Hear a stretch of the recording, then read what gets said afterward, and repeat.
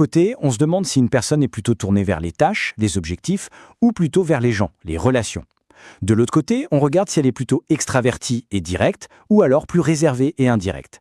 Et en croisant ça, hop, on obtient nos 4 grands styles comportementaux. Allez, c'est parti, on décode ces 4 fameuses lettres D, I, S et C. Chacune correspond à un style bien particulier, avec ses forces et bien sûr ses petits défis. On commence avec le D, pour dominance.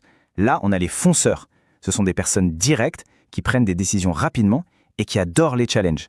Ce qui les motive, avoir le contrôle, gagner, obtenir des résultats, et si possible rapidement. Ensuite, le I, pour influence.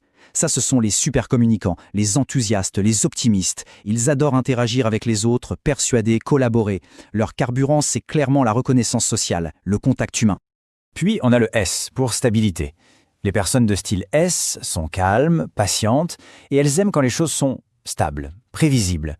C'est un peu le ciment d'une équipe, vous savez, des gens fiables, loyaux, toujours là pour aider. Et on termine avec le C, pour conformité. Ici, on est dans le monde de la précision, de l'analyse, du détail.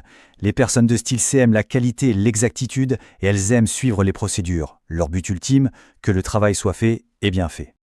Et là, c'est le moment où tout prend son sens. Regardez bien ce tableau. C'est incroyable, non? La connexion est juste évidente. Les 4 humeurs des anciens Grecs correspondent presque parfaitement aux 4 styles du disque. Le colérique, c'est le dominant. Le sanguin, c'est l'influent. Le flegmatique, c'est le stable. Et le mélancolique, c'est le conforme. Ça veut dire qu'au fond, on observe les mêmes grands schémas de comportement depuis plus de 2000 ans. C'est juste fascinant. Bon, c'est une super histoire ce voyage dans le temps. Mais concrètement, à quoi ça sert tout ça? Pourquoi c'est important de connaître ces différents styles? Eh bien, voyons l'aspect pratique. L'idée, et c'est vraiment le plus important, ce n'est pas de coller des étiquettes sur les gens. Absolument pas.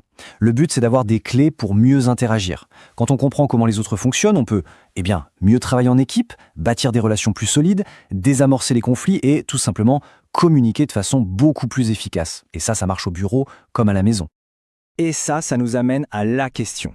Quel est votre style principal? Et comment est-ce que le fait de le comprendre pourrait bien changer votre façon de communiquer? C'est plus qu'un simple outil. C'est le début d'une communication plus consciente, plus efficace, un vrai super pouvoir pour vos relations. Merci de nous avoir suivis.